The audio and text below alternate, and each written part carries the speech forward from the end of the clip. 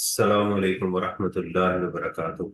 Rabbi इश्रह ली सदरी वयस्सिर ली अमरी वहलुल उक़दतम मिन लिसानी यफ़क़हू क़ौली। अल्लाह ताला से दुआ है कि अल्लाह ताला हमारे काम में आसानी पैदा करे। अल्लाह ताला ने कुरान पाक में फरमाया कि या अय्युहल्लज़ीना आमनुत्तक़ुल्लाह वक़ूलू क़ौलन सदीदा।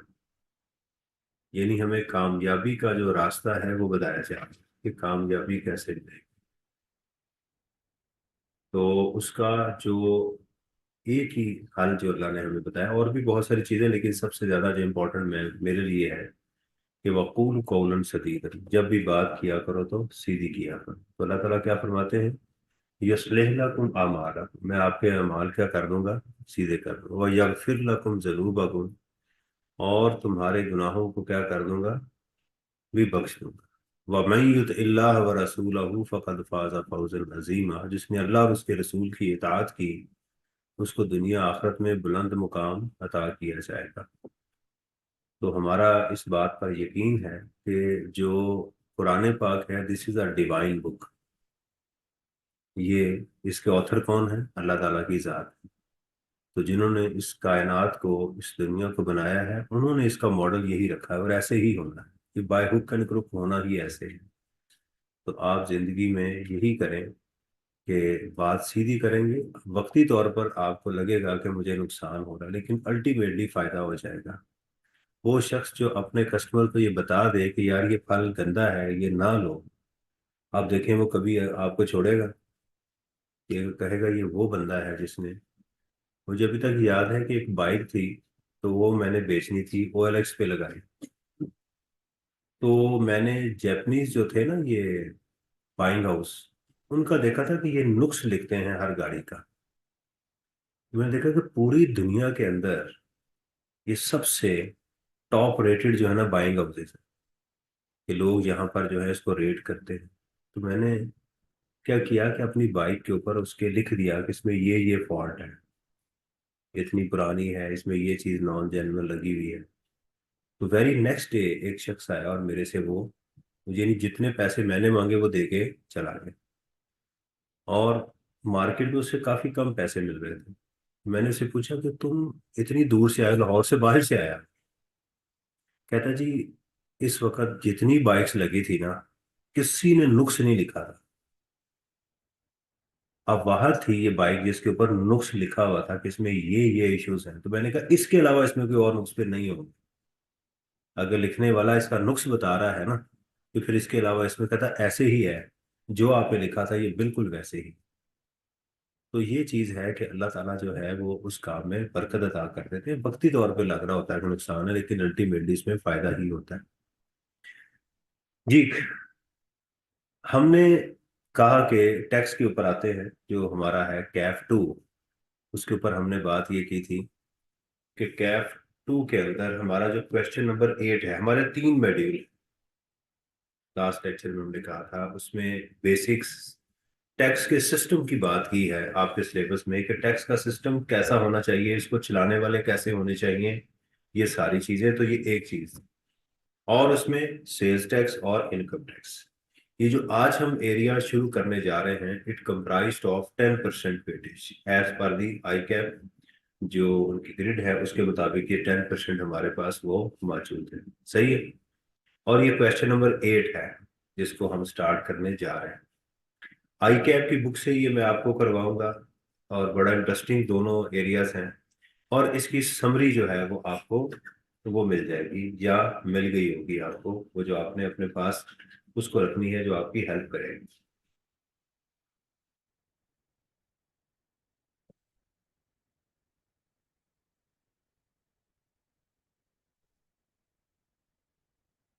ये मैं अपनी स्क्रीन आपके साथ शेयर कर रहा हूँ। जो लोग ऑनलाइन क्लासेस लेते हैं, I have a strong request कि वो प्लीज क्या करें कि उनके इसको वॉच ना किया करें लेक्चर को। आपने लेक्चर को लेना होता है जैसे क्लास में, you must have copy, pen, pencil और नोटबुक वगैरह, सारी चीजें आपके पास वो होनी चाहिए। सीए के अंदर एक चीज मैं अक्सर एक कहता हूँ कि आप सीए को तो चार्टर्ड अकाउंटेंट कहते हैं, मैं इसके लिए कहता हूं कि CA is a consistent effort. ये एक मुस्तकिल एफर्ट है जो आपको पुट करनी है। देखें इसका फायदा क्या होगा, कंसिस्टेंसी का फायदा आपको ये होगा कि आप एग्जाम के दिनों में बर्डनाइज नहीं हो, बर्डन आपके ऊपर नहीं होगा, आप नॉर्मल हालात के अंदर क्या कर रहे होंगे, इसको लेके चल रहे हैं। इसलिए पेपर पास हो जाएगा। देखिए ये मेरी जिम्मेदारी है कि चीज़ों को आसान करूं, कंटेंट्स को क्लियर करूं। इंशाल्लाह ताला मैं अपनी उस कमिटमेंट को with due diligence, professional competency के साथ मैं इसको इंशाल्लाह पूरा करूंगा। आपकी जिम्मेदारी ये है कि क्लासेस को आपने बंक नहीं करना, क्लासेस को आपने नहीं करना। मैं आपको अभी एक छोटी सी मोटिवेशन के लिए एग्जांपल देता हूँ कि कल तबीयत कुछ ठीक नहीं थी तो मैंने एक मेडिसिन जो है वो यूज करी, उसने मेरी मजीद तबीयत खराब कर दी। सारी रात नींद ना आए मुझे। मैं तकरीबन सुबह, मुझे लगता है कि 3 साढ़े 3 बजे जाके कुछ मुझे नींद आई।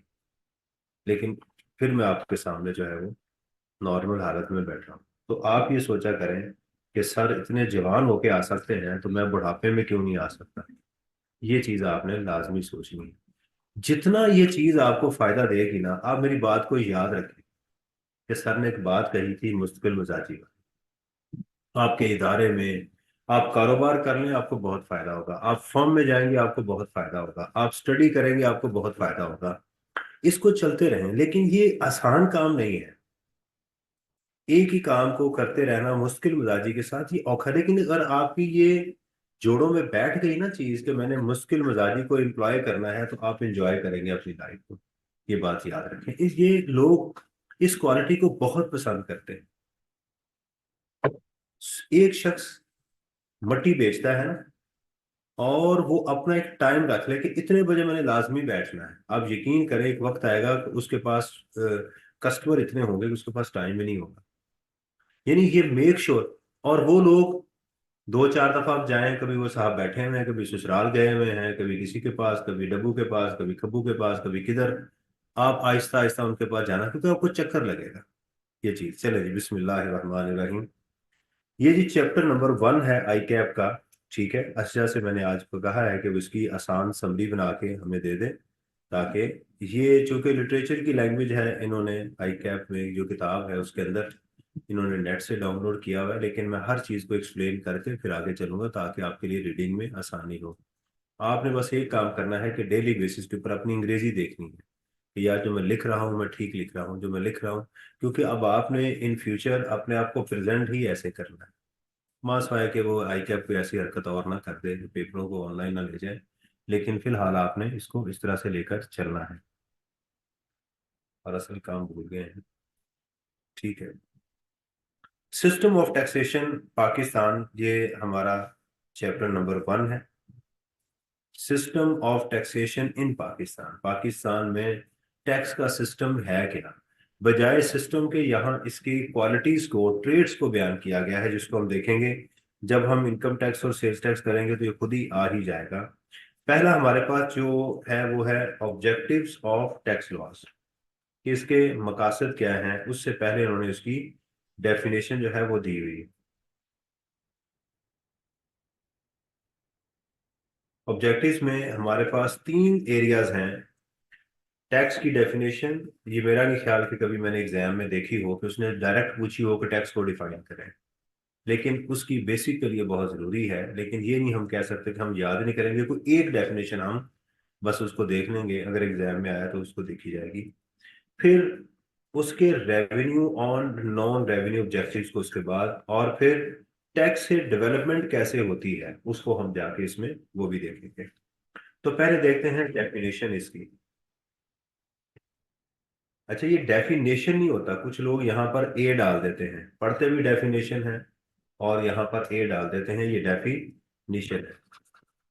Definition of taxation, it is the process by which, जिसकी वजह से द सॉवरन, सॉवरन कोई इंडिपेंडेंट बॉडी जो है, सॉवरेनिटी नहीं लफ्ज आप सुनते हैं, क्या कहते हैं इसको उर्दू में, खुद मुख्तार, एक सॉवरन बॉडी जो इंडिपेंडेंट हो। वैसे तो पाकिस्तान में सारे खुद मुख्तार हैं, दलिया खुद मुख्तार है, अदालतें खुद मुख्तार हैं, आर्मी पुलिस सब लोग खुद मुख्तार हैं, लेकिन इसके लिए क्या होनी चाहिए? खुद मुख्तार सॉवरन बॉडी होनी चाहिए through it's law making body. हमारी सेनेट हमारा लॉ बनाती है जिसको लेजिस्लेटर कहते हैं। कौन है? Sovereign. Through it's law making body, जिसको आप क्या बोलते हैं? लेजिस्लेटर।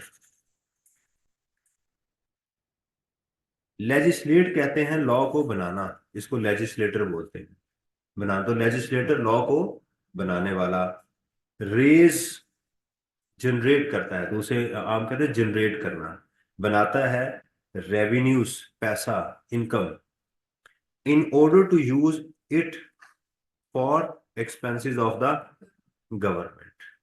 ये सिर्फ एक इसका काम है कि सबसे पहला इसका जो डेफिनेशन उसने हमें बताई है कि ये है कि नंबर वन क्या होनी चाहिए? एक सॉवरन बॉडी होनी चाहिए। नंबर टू, वो सॉवरन बॉडी क्या करे? किसी से कहे कि लेजिस्लेट करो, कानून बने। उसका मकसद क्या होना चाहिए? रेवेन्यू हो। किसके लिए? गवर्नमेंट के लिए, राइट। लेकिन इसका जो सबसे बड़ा ऑब्जेक्टिव बेसिकली जो होना चाहिए वो पब्लिक होना चाहिए। The taxes for the public, from the public, for the public, for the public. ये चीज इसकी असल होती है। And this is the main reason why people are reluctant to pay taxes. क्यों लोग टैक्स नहीं देते? उसकी सबसे बड़ी वजह यह है कि वो क्लेम करते हैं, वो कंप्लेन करते हैं कि अगेंस्ट द टैक्सेस गवर्नमेंट मुझे कुछ नहीं दे रही। लेकिन एक बात याद रखें, जिंदगी में हमेशा इंसान जब भी पेमेंट करता है, जब भी मेहनत करता है, वो उसके अगेंस्ट या गुड्स चाहता है या सर्विसेज चाहता है। लेकिन आपने फीस दी है तो आपको क्या मिल रही है? सर्विसेज। आप फल खरीदेंगे तो गुड्स मिल जाएंगी, फर्नीचर आपको मिल जाएगा।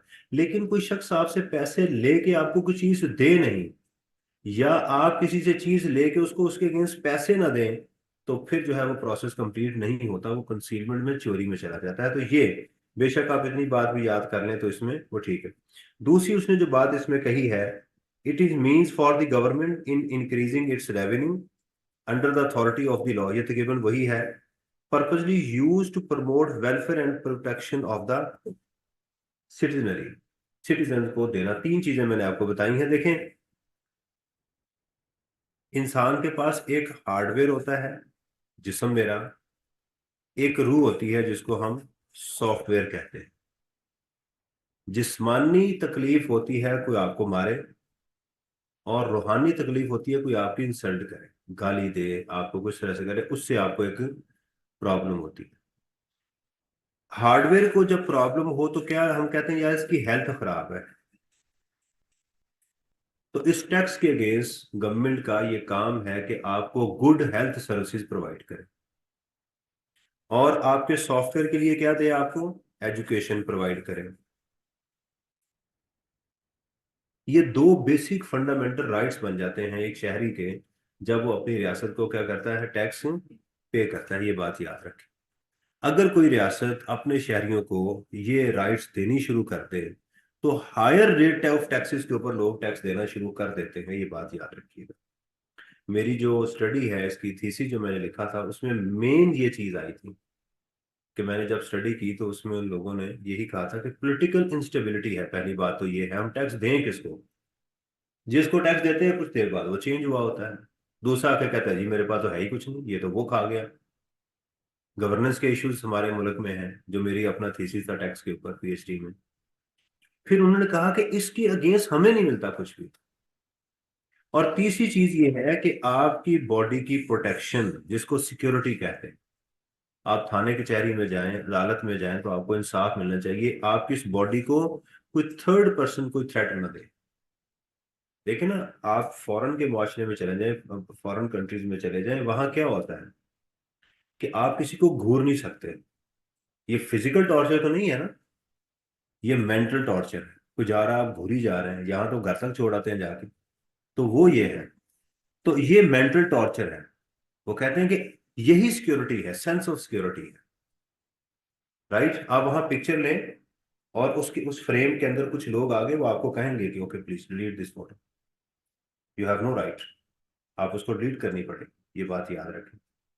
तो ये चीज है। और किसी को आप वहाँ, मेरे साथ ऐसा वाकया कभी वक्त है सुनाऊंगा। तो जहाज के अंदर जो था वो किसी ने, किसी जो था वो स्टीवर्ड था, उसको उन्होंने, उसको उसको कहने के लिए, उसको बुलाने के लिए उसने टच कर दिया उसको। तो बात सुन, हम तो रूटीन में ऐसे कह देते हैं, बल्कि तो हमने बच्चों को थप्पड़ मार के बुलाते हैं, इधर आ दफा हो। तो उसने उसको टच कर दिया और लड़ाई खड़ी हो गई। उसने कहा वाई यू हैव टच, क्यों तुमने मुझे ऐसे, तुम मुझे इशारा करना था मुझे, तुमने ऐसे क्यों मुझे जो है ना बोला। तो ये राइट्स होते हैं। बहरहाल ये था, ये क्लियर होगी। तो ये इसमें बेसिक दो जो ऑब्जेक्टिव आपने याद कर लेने हैं डेफिनेशंस के अंदर। The tax is a process, tax एक प्रोसेस है। कौन इसको इम्पोज करेगा? A sovereign body. कैसे? Through legislator. For what? To raise the revenue. Why we need revenue? To run the government and for the welfare of the citizen.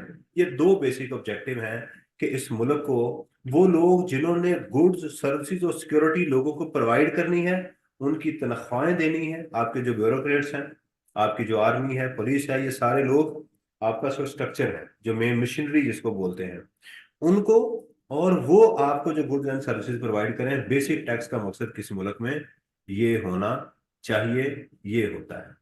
सही है।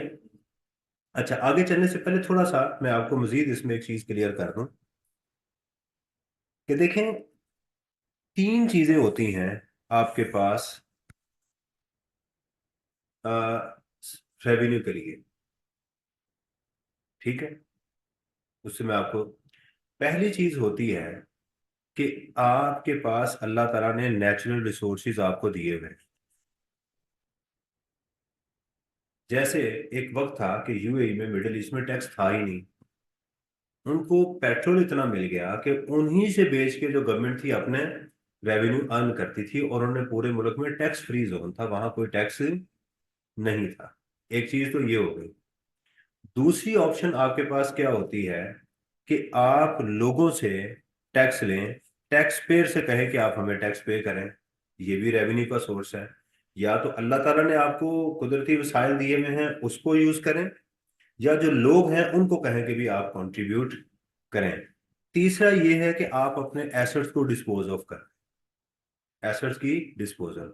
जैसे आजकल कह रहे हैं जी पीआईए को हमने सेल करना है, इन एसेट्स को, जो आपके पास एसेट हैं।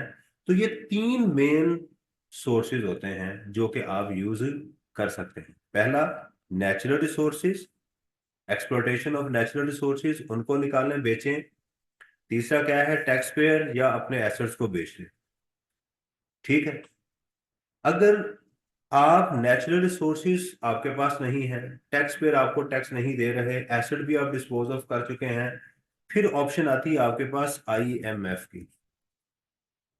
फिर आप लोन लेते हैं,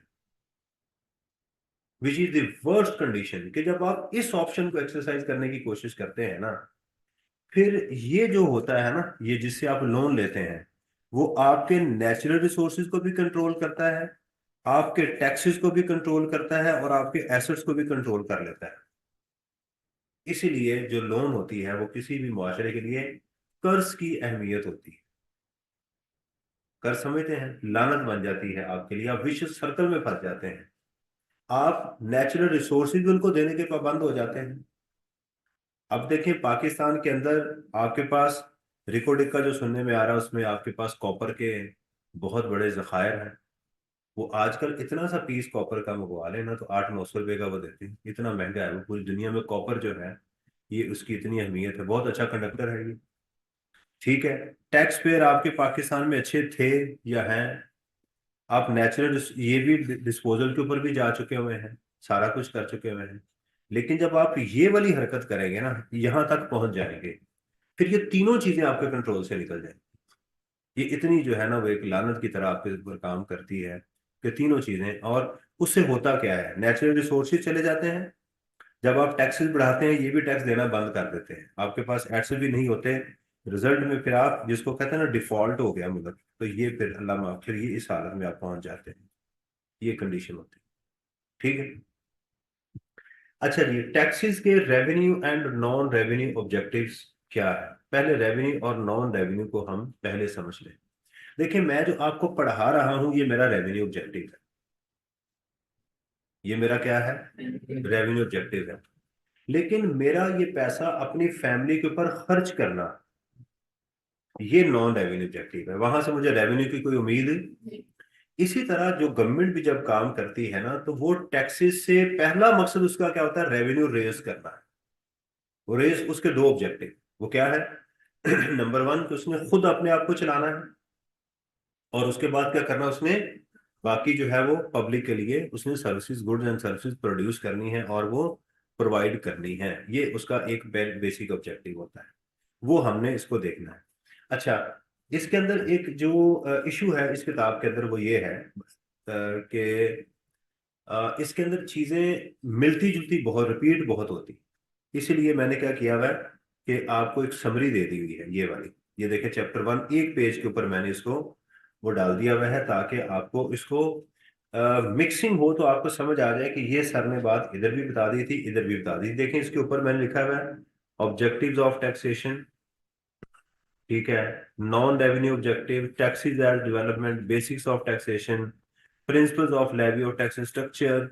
ये मिलते जुलते अल्फाज हैं आपस में। इसको जैसे जैसे हम रीड करेंगे, सिर्फ आपको थोड़ी सी ये मेहनत करनी पड़ेगी कि आपको इसको, इस पेज को थोड़ा सा फेमिलियर होना पड़ेगा, कि अगर जैसे ये वाली बात पूछी जाए तो मैंने ये लिखना है, ये बात लिखी जाए तो मैंने उसको ये जो है ना वो लिखना है। समरी का मकसद ये है कि एट अ ग्लैंस आपके पास पूरी एक पिक्चर वो क्लियर हो जाए। Taxes are primary revenue yielding. अच्छा, एक चीज मैंने और यहाँ पर भी ओपन की थी, ये फेडरल बोर्ड ऑफ रेवेन्यू जो है, ये पाकिस्तान की हाईएस्ट रेवेन्यू कलेक्शन अथॉरिटी, ठीक है। तो इसके थ्रू टैक्सेस लगाए जाते हैं पाकिस्तान के अंदर। फेडरल बोर्ड ऑफ रेवेन्यू जो है ये आपका, ये है। मैं गाहे बगाहे आपको इसका विजिट करवाता जाऊंगा जहां जरूरत पड़ेगी कि इसमें क्या क्या चीजें अवेलेबल हैं। इस तरह देखें, पंजाब की ये अथॉरिटी है, पंजाब रेवेन्यू अथॉरिटी जो है वो ये आपके पास है, PRA, पंजाब रेवेन्यू अथॉरिटी। तो आपके पास पांच अथॉरिटीज और हैं आपके मुल्क के अंदर। एक फेडरल है, FBR है, और हर सूबे की और इस्लामाबाद की। तो चार प्रोविंसेस हैं और एक इस्लामाबाद। तो इंशाल्लाह ताला ये सारी चीजें मैं जिस हद तक हो सका मैं आपको ये भी साथ साथ प्रैक्टिकली भी आपको चीजें मैं क्लियर करता जाऊं।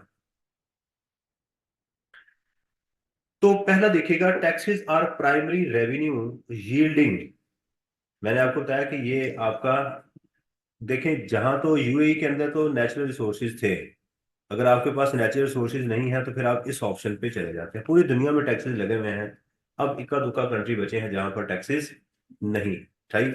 तो वो कह रहा है कि जी, आर प्राइमरी रेवेन्यू यील्डिंग कहते हैं जो प्रोडक्शन। आपने आम का पौधा लगाया, उससे आपको आम मिले, तो ये क्या, उसकी यील्ड होगी। डेयरी फार्मिंग वाले जो है, जो दूध मिलता है, वो यील्ड कहते हैं।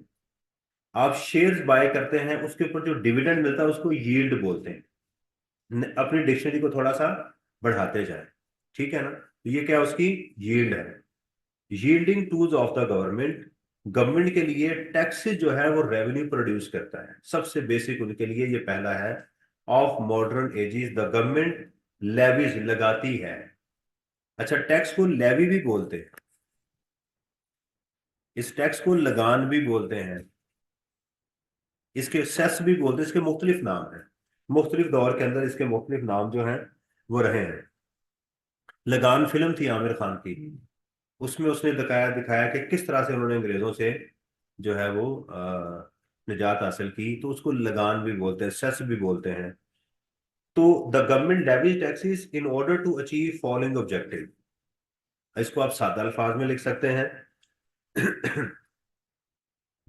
The application of taxes implemented by the government to achieve the following objective, या following objectives are achieved by the government। वो आप लिख सकते हैं। पहला क्या है? Collection of revenue to run and administer the government. पहला काम क्या है रेवेन्यू, जब ऑब्जेक्टिव क्या है, गवर्नमेंट को चलाना। पैसा क्यों चाहिए? To run the government. पहला काम यह है कि गवर्नमेंट को खुद चलाना है। दूसरा क्या है? इम्प्लीमेंटेशन ऑफ पॉलिसीज उसने अपनी पॉलिसीज को इम्प्लीमेंट करना है। कौन जीतेगा, कौन हारेगा, कौन क्या करेगा, ये सारी उनकी पॉलिसीज हैं। रूल्स एंड रेगुलेशन को अप्लाई करना। Fair distribution of wealth, right. Fair distribution wealth क्या है? कि अवाम से लेके पॉलिटिशियंस को पैसा देना, गरीब लोग हैं तो आपका पैसा उनको पहुंचाना, ये एक फेयर डिस्ट्रीब्यूशन है। देखिए ना, पॉलिटिशियन आपको पता है पाकिस्तान में कुछ भी नहीं करते बेचारे, राइट। सारा दिन आपकी खिदमत में पड़े रहते हैं, बैनर्स लगाते हैं, कभी कहीं जाते हैं, कभी आटा तकसीम करते हैं, कहीं गोश्त तकसीम करते हैं बीमारों की। तो उनको, वो गरीब लोग हैं, आप अमीर लोग हैं। तो फेयर डिस्ट्रीब्यूशन क्या है कि आपके पास वो पैसा जो ज्यादा है, वो आप प्लीज क्या करें, इंसानों की तरह उनको प्रोवाइड कर दें। ये है फेयर डिस्ट्रीब्यूशन ऑफ, ये है ये है रिच, अमीरों से लेके गरीबों तक पहुंचाना, जो चैरिटी का कॉन्सेप्ट है, ज़कात का जो कॉन्सेप्ट है वो ये है। तो तीन इसके रेवेन्यू ऑब्जेक्टिव हो गए। नंबर वन हमारी, to run the government, implementation of policies and fair distribution of wealth, जो है ये हमारे तीन मेन ऑब्जेक्टिव जो हैं। अच्छा, यहाँ एक चीज नोट कीजिएगा, थोड़ी थोड़ी, अगर आपको कुछ ज्यादा इल्म मिल जाए तो परेशान नहीं होना। ये देखें, ये सेमी कॉलन है, ये भी सेमी कॉलन है, और ये फुल स्टॉप लगा हुआ है। जब लिस्ट चलती है ना तो ये सेमी कॉलन लगते हैं, और यहाँ पर या एंड होता है या और होता है।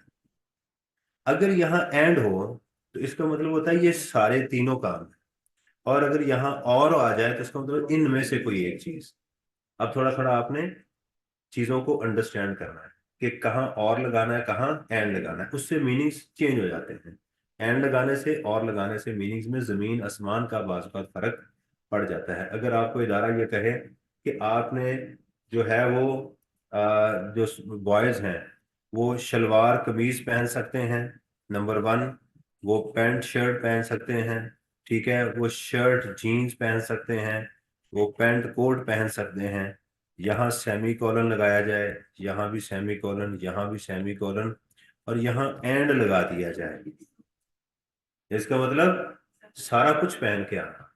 तो यहाँ एंड नहीं होना चाहिए, यहाँ क्या होना चाहिए? तो ये एक कानूनी नुक्ता मैंने आपको बता दिया कि ड्राफ्टिंग का ये प्रॉब्लम नहीं होनी चाहिए। अच्छा जी, उसके बाद उसने कहा कि जनाब पहले तो तीन ऑब्जेक्टिव हो गए, याद हो गए आपको? गवर्नमेंट को चलाना, पॉलिसीज को इम्प्लीमेंट करना, और फेयर डिस्ट्रीब्यूशन ऑफ वेल्थ, जो है ये तीन ऑब्जेक्टिव जो है रेवेन्यू ऑब्जेक्टिव है। कहता है इससे हट के भी कुछ और काम भी है, इसके अलावा भी गवर्नमेंट जो है वो काम करती है, aside from purely financing government operational expenditure. इससे हट के जी, जो आपने तीन ये अभी बताया कि तीनों रेवेन्यू है कि नॉन रेवेन्यू? ये रेवेन्यू ऑब्जेक्टिव समरी के अंदर नॉन रेवेन्यू। है, गलत ना लिख दिया हो, ये रेवेन्यू ऑब्जेक्टिव है, इसको मैं ठीक करवा दूंगा। Thank you very much. ठीक।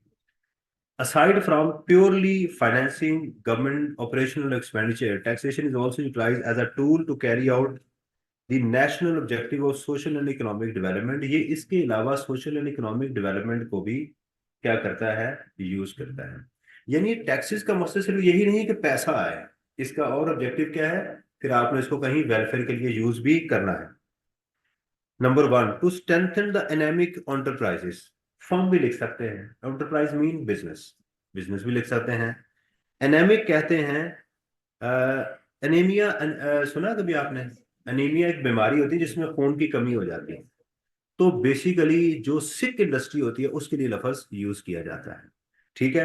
आप लिख सकते हैं to strengthen the sick industry. Poor जो है ना वो लफ्ज नॉर्मली इंसानों के लिए इस्तेमाल होता है, इसलिए यहाँ सिक इंडस्ट्री का लफ्ज। आप कहेंगे सर सिक भी तो इंडस्ट्री, कौन सी सिक होती है? तो आप एतराज कर सकते हैं लेकिन टर्म है सिक इंडस्ट्री, इसके लिए लफ्ज वो यूज किया जा सकता है।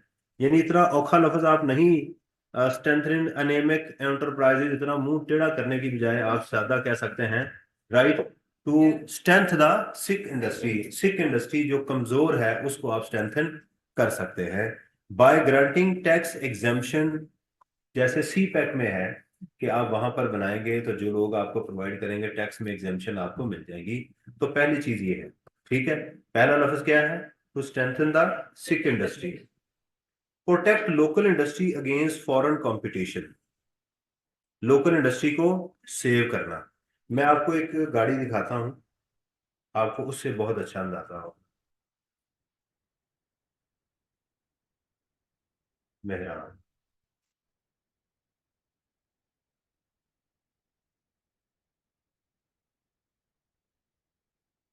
ये इस गाड़ी ने नस्लों की नस्लें हुकूमत की। आपके पैदा होने से पहले की ये गाड़ी बन रही थी, और अब आके कहीं जो है ना इससे जान छुटी है, वरना इसने तो कमाल कर दिया। यानी पाकिस्तान की हिस्ट्री के ऊपर जैसे जिन खानदानों ने हुकूमत की है ना, इस तरह इस गाड़ी ने भी ऐसे ही हुकूमत की। एक मैं आपको और गाड़ी दिखाता हूँ, आपको वो भी नजर आएगी, फिर आपको सही समझ आएगी। जिसको लोग मीरा बोलते हैं, ये मायरा है। तो हमारी मीरा को इसके साथ जोड़ देते हैं। भाई मीरा जो है वो औरत है, गाड़ी नहीं है। ये देखें। तो एक दफा क्या हुआ इसके अंदर, इसके फीचर्स बहुत हैं। इसमें एयर कंडीशनर है, इसमें कुछ 6-7 एयर बैग्स होते हैं, सारा कुछ होता है। ये पाकिस्तान में ये जो हमारी सुल्तान राही की गाड़ी थी, ये आज भी बड़ी है। मैं इसको खुद बड़ा पसंद करता हूँ। इसकी इसकी रोड रिस्पेक्ट बहुत है। मतलब जहां से भी जा रही हो गाड़ियां सारी पीछे हो जाती हैं, उनको पता है कि इसका कुछ नहीं बिगड़ना। बाकी सारे जो है ना ये, और मैं खुद इसकी बड़ी रिस्पेक्ट करता हूँ अल्हम्दुलिल्लाह। अच्छा, ये जो थी ना, ये मायरा, उस वक्त मुझे याद है कि मैंने इंपोर्ट करवाई तो वहां 3 लाख रुपए की थी। जस्ट 300,000 की थी, 1 लाख रुपया शिपमेंट था। और ये मेहरान जो थी उस वक्त कोई तकरीबन 5.5-6 लाख रुपए की थी।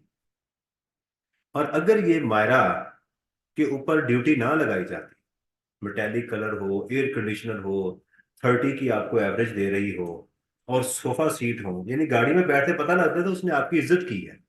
समझ आ रही है ना? और ऑटोमेटिक चल रही है गाड़ी, बड़े सुकून के साथ आप कंफर्टेबल में हैं। तो क्या होता कि आपकी ये शहजादी बंद हो जाती। भी मैं किसने ये लेनी थी फिर? इतने अच्छे फीचर्स के साथ उसने यही बाय करनी थी ना। तो मुझे ये गाड़ी 3 लाख वाली पाकिस्तान में इंपोर्ट करके 11.5 लाख रुपए की पड़ी। 6-7 लाख रुपए तो उन्होंने टैक्स लगा दिया इसके ऊपर, जितने की ये मेहरान थी ना उतना उन्होंने मेरे से कस्टम ड्यूटी इसके ऊपर लगा दी, जिसकी वजह से ये काफी, ये होता है टैक्स का। तो टैक्स का फायदा क्या हुआ? मैंने कहा जनाब एंजॉय, इसी को एंजॉय करें प्लीज, आपकी मेहरबानी है, कि बहुत शौक होने की जरूरत है नहीं है। तो ये है। तो टैक्सेस से देखें, यहाँ टैक्स लगाने का मकसद अब पैसा कलेक्ट करना नहीं है, रेवेन्यू ऑब्जेक्टिव नहीं है। इसका मकसद क्या है? हमारी लोकल इंडस्ट्री को सेव करना। To protect the protection of the local industry, protection of the local industry against foreign competition by increasing local import taxes. सही है। As a bargaining tool in trade negotiation with, इसको आप लिखें I के साथ, international trade, to increase the international trade. International trade के अंदर basic philosophy ये होती है कि हम आउट ज्यादा करें और इन कम करें, इंपोर्ट कम हो, एक्सपोर्ट्स ज्यादा हो। इसलिए हमारी जो एक्सपोर्ट्स हैं उसके ऊपर 1% टैक्स है उसकी रेवेन्यू के ऊपर, जबकि इंपोर्ट के ऊपर टैक्सेस और ड्यूटीज अन्यवा लगाई हुई, ब्लाइंडली लगाई हुई। ये है। तो दूसरा क्या है कि इंटरनेशनल ट्रेड को बैलेंस करने के लिए टैक्सेस से हेल्प ली जाती है। कि अगर आपने, जैसे अभी जो सोलर पैनल देखे ना, 70,000 से कहाँ तक आ गया, 22,000 तक आ गया।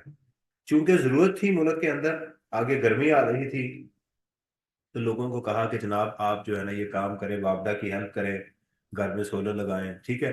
तो क्या हुआ, ड्यूटी को कम करते करते कहाँ तक ले आए कि तकरीबन 50-60 हज़ार रुपया पर पैनल जो है वो आपको चीज सस्ती मिलनी शुरू, हालांकि गई यहीं से थी माशाल्लाह, लेकिन उन्होंने अब हमें यही बताया जा रहा है कि ये काफी सस्ती हो गई। समझ आ रही? ये है कि जिस आप कंट्रोल कर सकते हैं, आप अपने मैकेनिज्म को सेट कर सकते हैं इसके साथ। तो पहली चीज क्या थी? Sick industry, to save the या strength the sick industry. P stand for protection of the local industry, और I to increase the international trade. उसके बाद to counter the effect of inflation और डिप्रेशन। ये डिप्रेशन जहनी depression नहीं, economic depression की बात की जा रही है। इन्फ्लेशन को कंट्रोल करना, ये भी आई हो गया। इन्फ्लेशन का मैं आपको बताता हूँ। पाकिस्तान में इस वक्त 6 लाख रुपए तक की इनकम एग्जेम्प्ट है। अगर आप 6 लाख रुपए कमाते हैं तो आपको कोई टैक्स पाकिस्तान में नहीं देना, बीइंग इंडिविजुअल या फर्म या बिजनेस इनकम। मैं कंपनी की बात नहीं कर रहा। ये 6 लाख रुपए कैसे डिसाइड किया गया? पहले ये लिमिट थी 50,000 की, ये फिर हो गई 1 लाख रुपया, बढ़ती बढ़ती अब 6 लाख हो चुकी हुई है। ये कैसे डिसाइड किया जाता है कि इतनी इनकम के ऊपर हमने लोगों से टैक्स नहीं लेना? उसका डायरेक्ट इम्पैक्ट आपकी इन्फ्लेशन के ऊपर होता है। यानी इस वक्त ये सोचा जा रहा है कि अगर किसी शख्स की इनकम सालाना 6 लाख रुपया हो तो वो अपना घर चला सकता है, उसको बचेगा कुछ नहीं। कैसे समझ आई? यानी ये 6 लाख रुपया जो 600,000 इस वक्त पाकिस्तान में एग्जाम्प्ट है, शायद इस वक्त लिमिट इंक्रीज कर दें, चांस तो कोई नहीं है। तो ये 6 लाख रुपया क्या है? इस तरह के एक फैमिली का बंदा जिसके एक बेटा और एक बेटी हो और उसका घर हो और अपने घर में रहता हो, वो 6 लाख रुपया उससे कुछ बचेगा नहीं। तो जब बचेगा नहीं तो फिर उसके ऊपर टैक्स भी उसका देने का कोई हक नहीं बनता। ये है, ये होता है कि आप टैक्सेस को, लिमिट को इंक्रीज करते हैं, जो जो इन्फ्लेशन बढ़ती है तो आप लिमिट को भी इंक्रीज करते हैं। लेकिन बदकिस्मती से अभी तक हमारा ये इन्फ्लेशन हमारी 50% से ज्यादा इंक्रीज कर चुकी हुई है।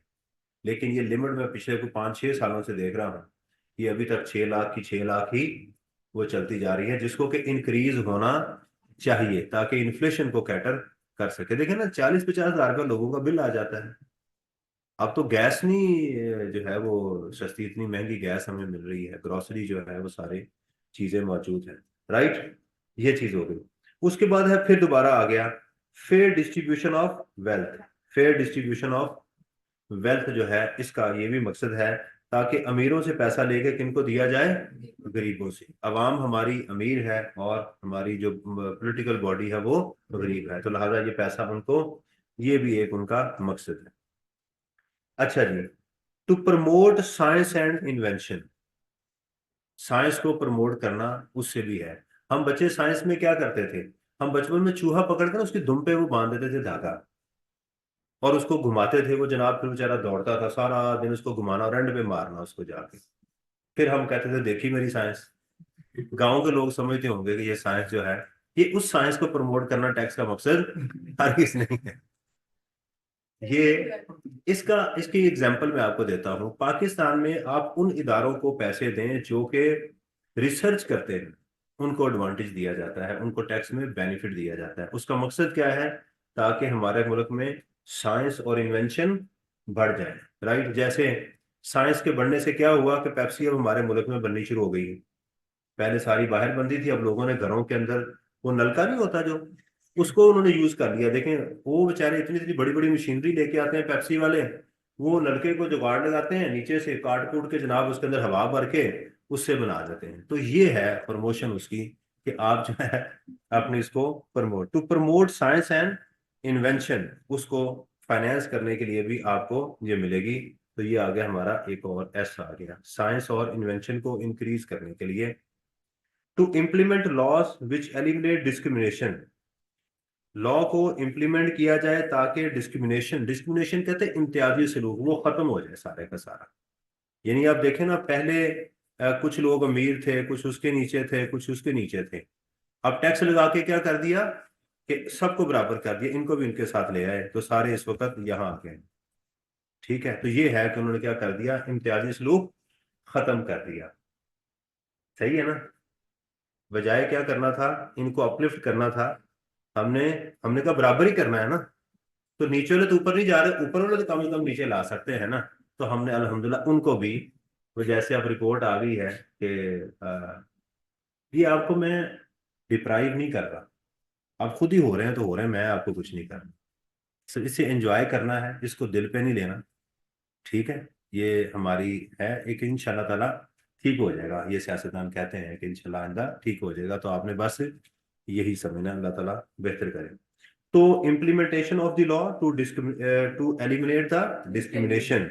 ठीक है, इसके लिए हम क्या लफ्ज बना लें? Implementation of the law, law की implementation to discourage certain undesirable sectors and activities. अच्छा, यहाँ कुछ गलती नजर आई है आपको इसमें, कि आगे भी कोई लाइन चल रही है? एक ड्राफ्टिंग की गलती है जो अभी मैंने बताई थी, यहाँ मुझे नजर आ रही। हाँ, यहाँ देखें, यहाँ सेमी कॉलन था, यहाँ फुल स्टॉप लगा दिया, यहाँ भी फुल स्टॉप लगा दिया। यहाँ सेमी कॉलन होना चाहिए था, या यहाँ एंड लिखा जाता, या यहाँ और लिख। बहरहाल आपने टेंशन नहीं लेनी, फेल आप ही नहीं होना है, आई कैप में फेल नहीं होना। वो कहेंगे हाँ it's okay, it's a minor mistake, thank you very much, ऐसा मामूल का वाकया है, होता रहता है, और इसको आप क्या करेंगे, बंद कर दिया जाएगा। तो ये है कि सर्टन एक्टिविटीज को, अब मैं इसकी एग्जांपल आपको देता हूं। सिगरेट के ऊपर 65% टैक्स है। वो क्या नाम है, वो पॉलिटिशियन थी, बानो, सायरा बानो। उन्हें कहा जी दुख में कभी कश भी ना लगाए, इतने आपने सिगरेट पे टैक्स लगा दिए। याद है, बड़ा मशहूर क्लिप हुआ था। तो वो उसने सिगरेट के ऊपर बात की थी कि आपने इतने ज्यादा टैक्सेस लगा दिए हुए हैं। कि वो इसलिए लगाया जाता है ताकि लोग सिगरेट को कम यूज करें। तो लोग हमारे क्या कहते हैं, इसके ऊपर तुम कैंसर की तस्वीरें बना दो, राइट, तो हम कैंसर हॉस्पिटल में जाके पिएंगे इंशाल्लाह। जो तुमने हमारा उखाड़ना है उखाड़ लो इंशाल्लाह ताला, हम हैं पाकिस्तानी, हम तो जीतेंगे। बहरहाल ये चीज है कि डिफरेंट एक्टिविटीज को कंडेम करना, उसके लिए भी टैक्सेस, इसमें इंपोर्ट भी आप एग्जांपल लिख सकते हैं, to increase the duties to this. अब इसमें देखिएगा कितनी हमारे साथ चीजें आ गई। कुछ स्टूडेंट वैसे ही याद कर लेते हैं, कुछ एक्रोनिम बना के याद कर लेते हैं। हमारे पास अब देखें, एक आ गया एस, तो एक आ गया जी एस, टी, आई, डी, एस, एल और ए। तो लफ्ज बनता है इससे कि नहीं बनता?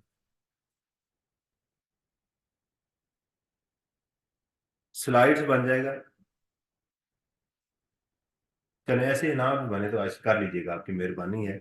मेरी आदत थी कि मैं ऐसे लफ्ज बना के ना कुछ याद, इससे काफी चीजें याद। अगर हम इसको ना भी देखें तो इसके क्या ऑब्जेक्टिव्स हैं, सिख इंडस्ट्री को प्रमोट करना, लोकल इंडस्ट्री को प्रोटेक्ट करना, राइट, और सर्टन एक्टिविटीज को ऊपर नीचे बेशक आप कर लें, लॉ की इम्प्लीमेंटेशन करना, और इसमें क्या था, इन्फ्लेशन को कंट्रोल करना, इंटरनेशनल ट्रेड को इंक्रीज करना। ये हमारे इसके क्या हैं, ऑब्जेक्टिव्स हैं। और अब सवाल क्या है जिसका मुझे ये जवाब, असल चीज है कि पेपर में आएगा, तो ये एज इट इज उसने पूछा भी हुआ है कि what, list down the revenue and non revenue objectives of taxes. Taxes के रेवेन्यू और नॉन रेवेन्यू ऑब्जेक्टिव जो हैं आप बयान करें। जब बोलता है ना लिस्ट डाउन, या एन लिस्ट का वर्ड यूज करेगा, तो मुझे मैंने पॉइंट्स में लिखना है। जब बोलेगा ना एक्सप्लेन, तो फिर आपने उस चीज को पैराग्राफिक फॉर्म में लिखना होता है। जब बोलेगा ना इलिस्ट्रेट, इसका मतलब होता है explain with the help of an example. तीन लफ्ज मैंने बोले हैं। एक मैंने बोला कि एन लिस्ट या लिस्ट डाउन, ये एक रिक्वायरमेंट होती है। दूसरा बोल सकता है एक्सप्लेन, एक होता है इलिस्ट्रेट। इसका मतलब है लिस्ट बनाए, 1 2 3 4। इसका मतलब होता है उस चीज को जो मांगी जा रही है एक्सप्लेन करें। और तीसरा इलिस्ट्रेट करें, उसको एक्सप्लेन करें with the help of an example. ये चीज इसके अंदर वो मौजूद होती है। जी, टैक्सेस का ऑब्जेक्टिव क्या है? टैक्स का ऑब्जेक्टिव क्या है? ये टेबल अभी मैं नहीं करवाऊंगा, क्योंकि ये जब हम कर लेंगे फिर आपको ये बात समझ आएगी, क्योंकि उसमें थोड़ी सी आगे वाली चीजें वो डिस्कस की जी। टैक्स का ऑब्जेक्टिव, टैक्स कौन लगाएगा पहले था, उसकी डेफिनेशन क्या थी? Tax is a process, right, imposed by the sovereign. Sovereign कौन है हमारे मुल्क में? लेजिस्लेटर हमारे जो हैं, ठीक है।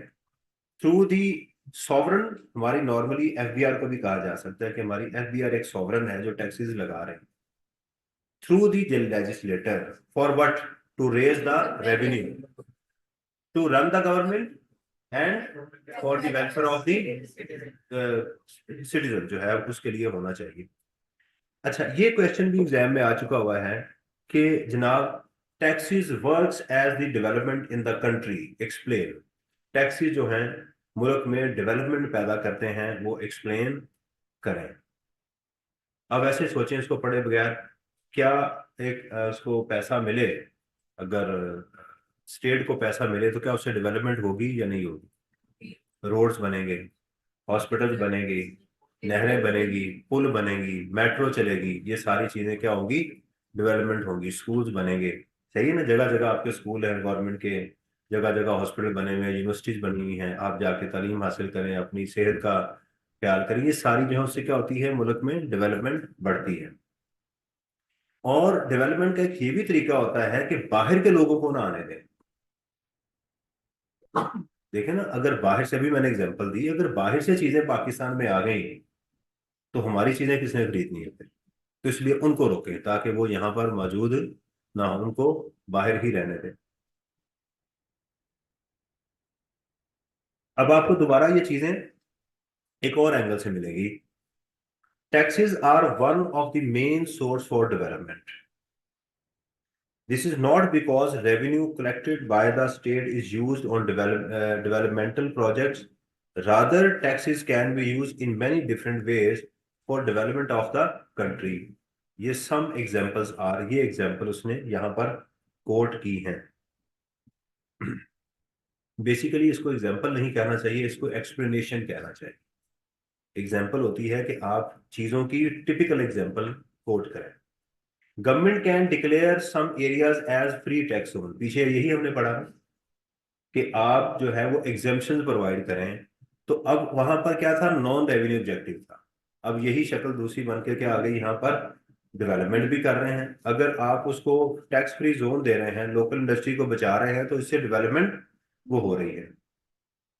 Industrial zone and economic zone and provide tax incentive to such areas, इन एरियाज को इतना काफी है, ये बात मुकम्मल होगी। The in a country, development can be made by providing tax exemption to certain areas. अच्छा, इसका एक बहुत बड़ा फायदा होता है। आप किसी एरिया को उसको करते हैं, बढ़ाना चाहते हैं, डेवलपमेंट चाहते हैं, उसका आसान तरीका पता क्या है? वहां इंडस्ट्री ले जाए, गवर्नमेंट के ऑफिस ले जाए। जब वहां इंडस्ट्री चली जाएगी ना, उस इलाके में बैरन लैंड है एक, जहां पर कुछ भी नहीं है, तो आप क्या करें, वहां पर एक इंडस्ट्री बना दें। उन्हें कहेंगे यार इस इलाके के अंदर जो शख्स भी इंडस्ट्री लगाएगा 10 साल तक उसे कोई टैक्स नहीं लिया जाएगा, ये आप उनको कह दें। और पेट्रोल इस प्राइस पे दिया जाएगा, पंप लगा दें। वहां के जो लोकल कस्बे होंगे ना, कस्बे होंगे, वहां से लोग, वहां पर उनकी एम्प्लॉयमेंट हो जाएगी। ये लोग जो बेचारे कमजोर थे, गरीब थे, इनके अंदर क्या होगा, पैसा आना शुरू हो जाएगा, ये डेवलपमेंट होगी। उस इलाके के अंदर एग्रीकल्चरल लैंड भी ग्रो करना शुरू हो जाती है, क्योंकि रोजगार मिल जाता है उसके अंदर। ठीक है, फिर उसके अंदर क्या होता है, कुछ लोग दुकानें लगा लेते हैं आके, करीब करीब। सारी बात है, वहां जो लेबर है उन्हें खाना पीना भी तो है ना, वो शुरू। तो इस तरह से क्या होता है कि आप किसी जगह पर अगर चाहते हैं डेवलपमेंट हो, तो वहां इंसेंटिव प्रोवाइड करें, लोग मूव करेंगे, उनके पीछे सारा जो आपकी इंडस्ट्री है ना, वो स्टेट वो जाना शुरू हो जाएंगी, और वो इलाका डेवलप कर जाएगा। इससे ये पहली चीज उन्होंने बताई हुई है। पहली चीज तो ये होगी, taxing the rich at the higher rates while taxing the low income groups at the lower tax rate.